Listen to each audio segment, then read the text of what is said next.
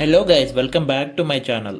ఈరోజు మనం ఈ వీడియోలో హనుమంతుడు లేని రామాలయం, అలాగే రామలక్ష్మణ సీత అమ్మవారి విగ్రహాలు ఒకే రాయిపైన ఉన్న దేవాలయం, ఫోటోషూట్లకు కానీ సినిమా షూటింగ్లకు కానీ ఈ ఆలయం ఎంతో ఫేమస్. ఈ ఆలయం యొక్క విశిష్టత మరియు ఈ ఆలయం యొక్క కంప్లీట్ డీటెయిల్స్ మనం ఈ వీడియోలో తెలుసుకుందాం. మొదటిసారి నా ఛానల్ను విజిట్ చేసినట్లయితే ఈ వీడియోను కంప్లీట్గా చూసి ఈ వీడియో మీకు నచ్చినట్లయితే సబ్స్క్రైబ్ చేయండి.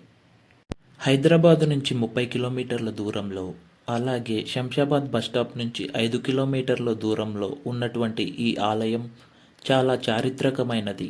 అంతేకాకుండా హైదరాబాదులో ఉన్నటువంటి పర్యాటక ప్రదేశాలలో ఇక్కడ ఉన్నటువంటి ప్రజలు ఎక్కువగా సందర్శించేటువంటి ఆలయాలలో ఈ ఆలయం కూడా ఉంటుంది.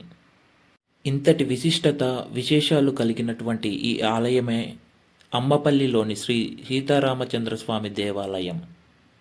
ఈ ఆలయాన్ని 13వ శతాబ్దంలో వేంగి చాళుక్య రాజులు నిర్మించడం జరిగింది.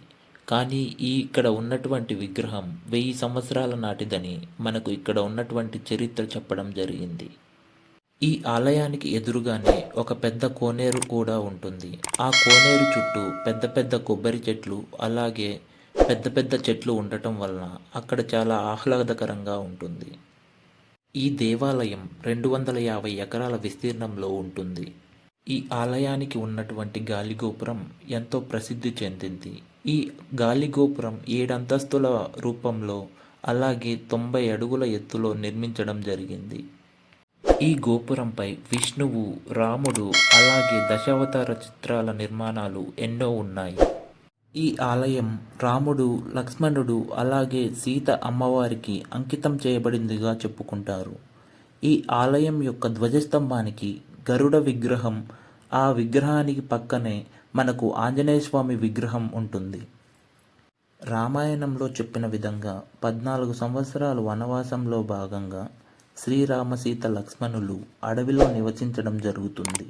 వారు అయోధ్య నుంచి ప్రారంభమై ఉత్తర భారతదేశం నుంచి దక్షిణ భారతదేశం వరకు అడవుల గుండా ప్రయాణించడం జరుగుతుంది. అలా ప్రయాణించి దండకారణ్యంగా పిలువబడే ఈ ప్రదేశానికి వారు చేరుకోవడం జరుగుతుంది. అలా చేరుకోవడంలో భాగంగా ఇక్కడ విశ్రాంతి తీసుకోవడం జరుగుతుంది. అందువల్ల శ్రీరాముని పాదాలు తాకిన ఈ పవిత్ర ప్రదేశంలో ఈ ఆలయ నిర్మాణం జరిగింది. ఇప్పుడు మనం ఈ ఆలయం యొక్క గర్భగుడిలో హనుమంతుడి విగ్రహం ఎందుకు లేదో ఇప్పుడు మనం తెలుసుకుందాం. రాముల వారు ఈ ప్రదేశానికి చేరుకున్నప్పటికీ హనుమంతుడు రాముల వారితో కలవడం జరగలేదు.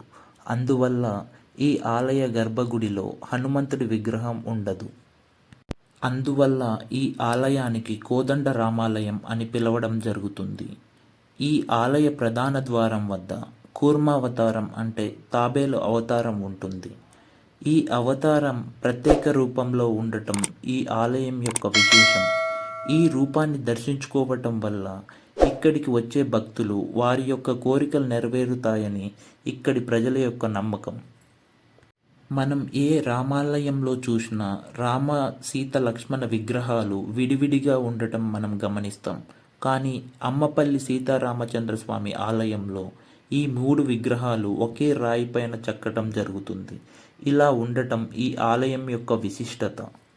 అలాగే ఈ ఆలయంలో సీతామాత ప్రధాన దేవతగా కొలువై ఉండటం వలన ఈ ఊరికి అమ్మపల్లి అని పేరు వచ్చిందని ఇక్కడి ప్రజలు చెప్పుకుంటూ ఉంటారు. రాముడు కొలువై ఉన్నటువంటి ఆలయానికి ఎదురుగా హనుమంతుడి విగ్రహం కొలువై ఉంటుంది. సీత, రామ, లక్ష్మణులు ఇక్కడికి వచ్చిన సమయంలో హనుమంతుడు వారితో లేని కారణం చేత, అలాగే ఈ ప్రదేశం నుంచి పంచవటికి బయలుదేరిన తర్వాత హనుమంతుడు వారిని కలవడం జరుగుతుంది. అందుకనే ధ్వజస్తంభ సమీపంలో హనుమంతుడి విగ్రహాన్ని ఏర్పాటు చేయడం జరిగింది. ఈ ఆలయ సమీపంలో హనుమంతుడు మరియు శివుని దేవాలయాలు కూడా ఉంటాయి. మనం ప్రధాన ఆలయాన్ని దర్శించుకున్న తర్వాత ఈ ఆలయాలను కూడా దర్శించుకోవచ్చు. ఈ ఆలయంలో ఫోటోషూట్లకి, అలాగే సినిమా షూటింగ్లకి ఎంత ఫేమస్ అంటే ఈ ఆలయంలో 1000కి పైగా సినిమాలు మరియు సీరియల్స్ షూటింగ్లు ఇక్కడ జరగడం జరిగింది. దీన్ని బట్టి మనం అర్థం చేసుకోవచ్చు ఈ ఆలయం ఎంత ఫేమసో అని.